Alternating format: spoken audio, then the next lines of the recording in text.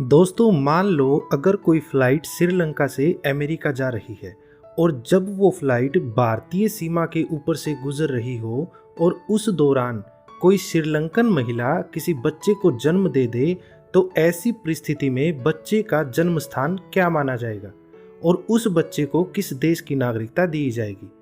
आज के वीडियो में हम बात करेंगे इसी विषय को लेके और जानेंगे कि ऐसी परिस्थिति में नागरिकता किस आधार पर दी जाती है। तो चलिए शुरू करते हैं। जय हिंद दोस्तों, मैं प्रवीण शर्मा और आप देख रहे हो सिंपल हिंदी फैक्ट। दोस्तों, किसी देश की नागरिकता कैसे मिलती है, इसके कई आधार हैं, जैसे बच्चे का जन्म स्थान, उसके माता पिता की नागरिकता, वंश, पंजीकरण या फिर लंबे समय से किसी देश में निवास करने से।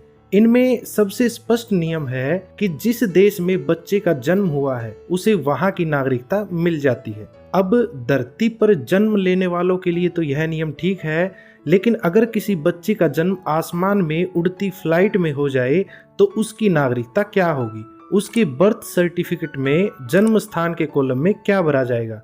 अब जाहिर सी बात है कि बर्थ प्लेस की जगह आसमान या विमान तो नहीं लिखा जाएगा।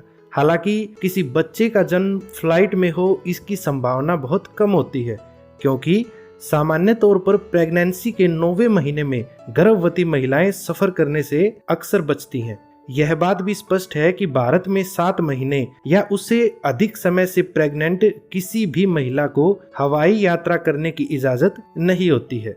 हाँ, लेकिन इमरजेंसी और कुछ स्पेशल केस में इसकी अनुमति दे दी जाती है। तो अब बात करते हैं कि अगर फ्लाइट में ही कोई महिला किसी बच्चे को जन्म दे देती है तो बच्चे का बर्थ प्लेस क्या दर्ज किया जाएगा।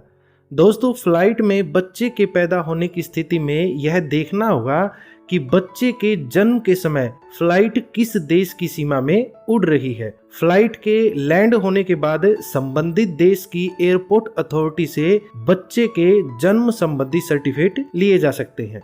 इस दौरान बच्चे के बर्थ सर्टिफिकेट में उस देश का नाम दर्ज किया जाएगा जिस देश की सीमा के ऊपर उड़ने के दौरान बच्चे का जन्म हुआ है। हालांकि बच्चे के पास यह अधिकार भी होता है कि उसे अपने माता पिता के देश की नागरिकता भी मिल सके।